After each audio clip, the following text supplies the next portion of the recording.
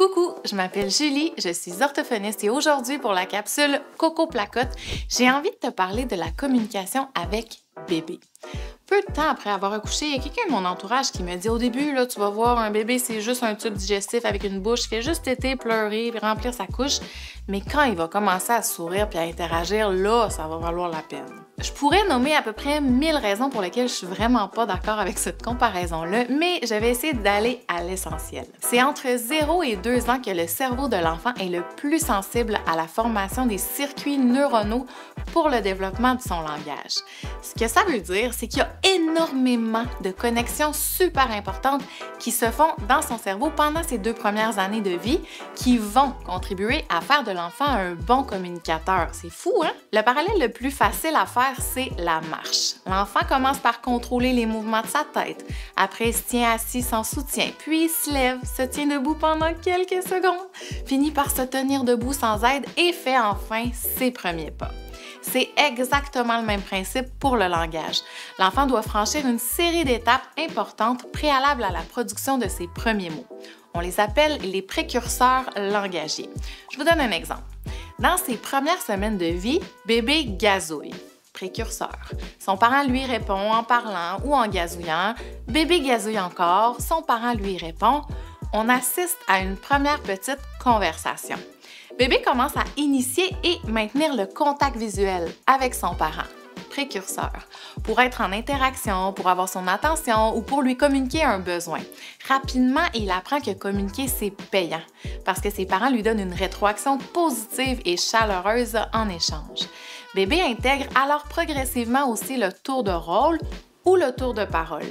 Précurseur, où chacun prend la parole à son tour, il explore comment fonctionne sa voix, comment varie son intonation, l'ouverture de sa bouche, comment bougent ses lèvres et sa langue. Puis, bébé se met à babiller. Précurseur. Ses productions sont encore exploratoires, mais un peu plus organisées. Consonne, voyelle, consonne, voyelle.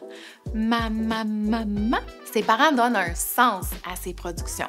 Oui, t'as dit maman! Alors, il réalise encore plus que ce qu'il exprime a une valeur dans la relation. Puis, bébé se met à imiter. Précurseur. Il imite les gestes, les expressions faciales, les sons, les syllabes, les intonations. Il apprend à produire des gestes communicatifs. Précurseur. Puis, les utilise en contexte pour répondre à un besoin. Pointer, faire bye-bye, donner un bisou, faire bravo. Il est plus attentif. Précurseur, et essaie de reprendre les productions qu'il entend. Son parent le reformule, il essaie de les reprendre encore, puis progressivement s'approche de plus en plus de la cible à force de l'entendre, de voir comment le mot est produit et de tenter de l'imiter. Une stratégie que j'aime vraiment beaucoup avec les bébés, c'est la routine verbale. La routine verbale, en gros, c'est mettre toujours le même mot sur ce qui est en train de se passer, puis éventuellement attendre un petit peu plus avant de le dire, et à un moment donné, laisser un silence pour que l'enfant essaie de le dire. OK, je vous donne un exemple. Ton enfant trouve que la chose la plus drôle au monde en ce moment, c'est une petite balle qui roule sur le comptoir et tombe par terre. Super! On le fait, on le refait. Quand la balle tombe, on dit « Tombé! Et tombé! Encore tombé! Oh, la balle est tombée! Boum!